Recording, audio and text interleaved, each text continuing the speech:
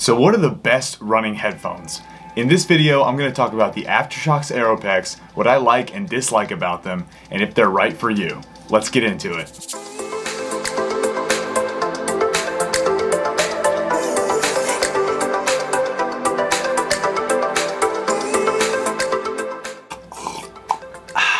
What's up everybody? My name is Austin Slate and I'm into hiking, cycling, and running. So before we talk about the Aftershokz Aeropex, let's talk about what bone conduction headphones actually are. Bone conduction headphones use vibrations to vibrate your jawbone and the bones in your ear to send sound to your eardrum, leaving your ear canal open. So what's the need for this? Who are these made for? Basically, these are made for runners, cyclists, and anybody else that needs to be able to hear what's going on around them for safety reasons. When you're running or cycling, these can be beneficial by hearing a car that's coming up behind you, hearing a dog that's chasing you. Every cyclist knows what I'm talking about. And just hearing people talk to you while you're running so you can get out of the way of something or so you can be aware of your surroundings. So what have I used these headphones for? Basically, like I mentioned, I've used them for running, cycling, and a little bit of PUBG. So let's take a look at the headphones and then we'll talk about the pros and cons.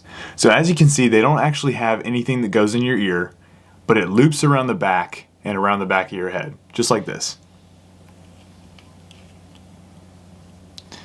So it positions right here in front of your ear and vibrates on your cheekbone, your jawbone. So let's talk about the pros of the Aftershokz Aeropex. A couple of things that I like about these headphones are, number one, they're waterproof. You can run in these all day in the rain.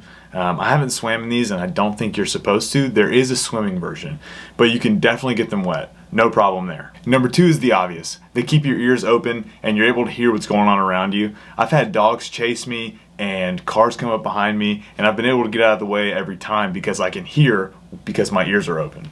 Number three in the pro category, what I love about these is they have a great battery life. My runs are usually under 2 hours, and so I never use anywhere close to the full battery life of these, which is 8 hours. And even for a long bike ride, these would work great. But marathon running, you could use them. Great battery life. Now for the cons.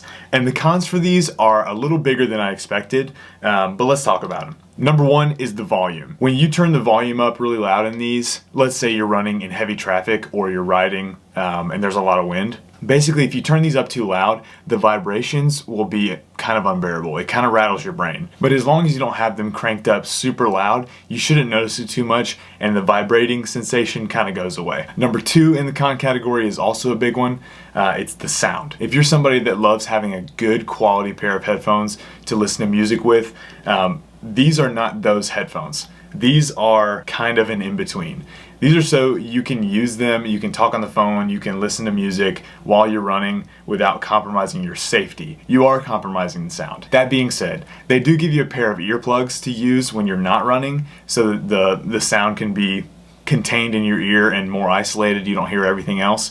But those kind of sound weird to me. Like when you put those in, it sounds like a muffled sound. Whereas if you have your ears open, the sound is much better to me. And con number three, this is just something that is personal to me. I don't think they look great. They don't look horrible. I've seen worse, but they just kind of like you know that kid in Ed, Edd n Eddy that had the braces thing? It kind of reminds me of that. Just sticks out in the back.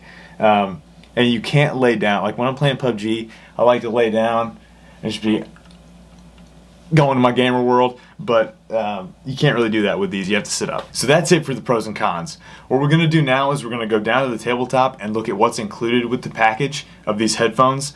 But before we do that, I am an Amazon affiliate, so I'm going to leave a link down in the description below if you want to pick these headphones up. It helps me, it helps the channel, and it doesn't mark up the price at all.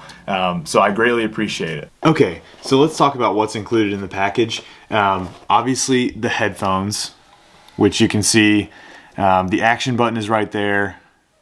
The power and volume buttons are right here. And then the charging port, which is a MagSafe style charging port. Unfortunately, the Harry Potter wand, compass, and coaster are not included with the package.